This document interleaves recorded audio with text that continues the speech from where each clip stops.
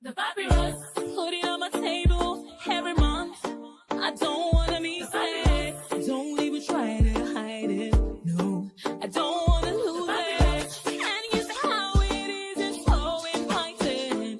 The papyrus, we're all so alive. The papyrus. Hello, welcome to the Papyrus TV News Update. First, the headlines. Wike set up task force in Abuja. Customs suspends controversial 4% FOB import levy. Dangote refinery slashes diesel price again. Police enforced retirement of officers involved in age falsification. El-Rufai alleges arrest plot. Ojukwu urges Southeast Commission to focus on growth. Enugu Labour Party in turmoil as state chairman suspended. Now the news in details. Amid rising concern over the increasing presence of Almajiri children in the Federal Capital Territory, FCT, Minister Nyesim Wike has constituted a special task force to address the situation. FCT Commissioner of Police Olatunji Dusu disclosed this after a high-level security meeting chaired by Wike. According to Dusu, the task force will assess the welfare, education, and security implication of Almajiri system in Abuja. While dismissing any immediate security threat, Dusu urged residents to remain vigilant and report any suspicious activities. The committee includes representatives from the Nigerian Police Force, the Department of State Services (DSS), the Nigerian Security and Civil Defense Corps (NSCDC), and other agencies. They have been given 2 weeks to submit a comprehensive report on the issue. The move signals a renewed effort by the FCT administration to regulate street begging and child migration, a long-standing social challenge in Nigeria's capital. Meanwhile, following intense criticism from stakeholders, the Nigerian Customs Service (NCS) has put on hold the implementation of its contagious 4% free on-board FOB charge on imports. The decision was confirmed in a statement by Customs spokesperson Abdullahi Mewada, who said the suspension would allow for further consultation with Minister of Finance Olawale Edun and other key stakeholders. This suspension will enable comprehensive engagement regarding the implementation framework, the statement reads. The now suspended policy, which was introduced under the Nigerian Customs Service Act (NCSA) 2023, mandated a 4% levy on the total value of imported vehicles, including transportation costs. The move had sparked outrage, with former Senate President Bukola Saraki warning that the levy would inflate import costs and further burden Nigerians. Many business groups have also raised concern over its potential impacts on inflation. Although the suspension provides temporary relief, stakeholders continue to demand broader economic reform to ease the cost of doing business in Nigeria. Moving on, the Dangote Petroleum Refinery has announced yet another reduction in the price of diesel, lowering the rate to 1,020 naira per litre, down from the previous 1,075 naira per litre. Since commencing diesel production in January 2024, the refinery has implemented multiple price cuts, bringing relief to manufacturers and business struggling with high energy costs. Development economist Ken Ife revealed that the refinery has sacrificed over 10 billion naira to keep fuel prices stable during the festive season. He praised the refinery's role in ensuring market stability and enhancing Nigerians' energy export. Ife also highlighted the challenges facing the Equalization Fund, which still owns fuel marketers over 80 billion naira, with Dangote Refinery absorbing some of the subsidy burden. Nigeria is gradually shifting from a dependence on government intervention to private sector-driven petroleum pricing. Experts believe that the Dangote's consistent price reduction could push Nigeria closer to energy self-sufficiency, strengthening its position as a regional fuel exporter. In another development, the Nigerian Police Force has begun enforcing the retirement of officers found guilty of age falsification, forgery, and another infraction used to unlawfully extend their service years. A directive from the Police Service Commission (PSC) issued on February 10, 2025, ordered the compulsory exit of affected officers. The decision followed an extraordinary meeting of the PSC 6th Management Board, where it was resolved that all officers who had exceeded 35 years in service or the age of 60 must immediately retire. The move initially faced resistance, with Inspector General of Police IGP Kayode Egbetukun temporarily suspending the directive. However, the PSC insisted on the full compliance, citing the need for fairness and discipline within the force.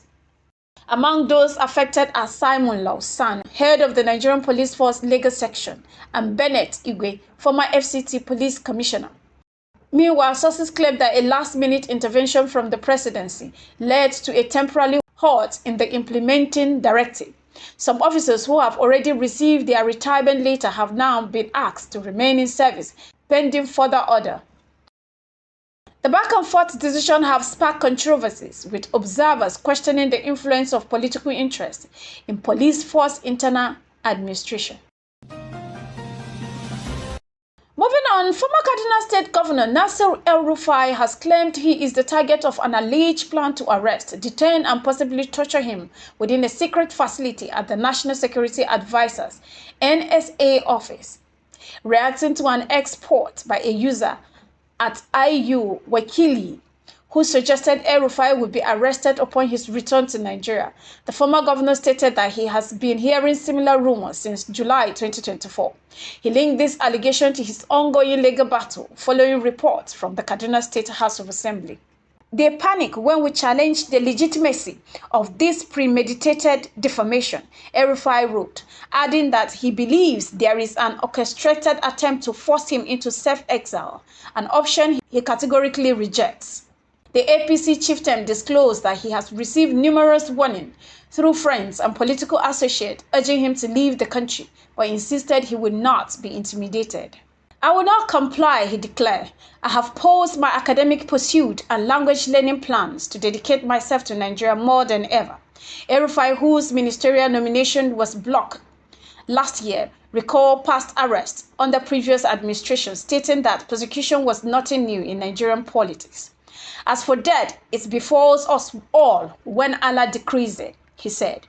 To those unsettled by my presence in Nigeria, I'll be back in time for the launch of President IBB's memo on February 20, inshallah. While the alleged plot remains unverified, the former governor's remarks have reignited political discussions, raising questions about the state of opposition politics in Nigeria. Furthermore, Senator Uju Kalu, chairman of the State Committee on Southeast Development Commission, SEDC, has charged the newly inaugurated member of the commission to adopt innovative strategies in fulfilling their mandate. Speaking at the inauguration ceremony of both the Southeast Development Commission and the Northwest Development Commission, NWDC, Kanu emphasized the need for projects that go beyond traditional road construction. Tarring road is no longer fashionable, he stated. Let's think bigger. Common railway lines, power plants, and cottage industries that will create jobs and drive economic growth. The senator representing Abia North Senatorial District further stressed that the commission must harness the region's natural resources to revitalize the economy, urging them to prioritize projects with long-term impact. Kanu assured the National Assembly Committee will rigorously monitor their activities, warning against corruption and mismanagement of public funds. He called for a balance between service delivery and profitability to ensure sustainability. He expressed appreciation to President Bola Ahmed Tinubu for establishing the commission and commended the Minister of Regional Development, Engineer Abubakar Momo, for his dedication to the initiative. The Labour Party in Enugu State has plunged into crisis following the suspension of its state chairman, Barrister Kasmi Uchenna Agbo, by the State Working Committee on Local Government Party Chairman.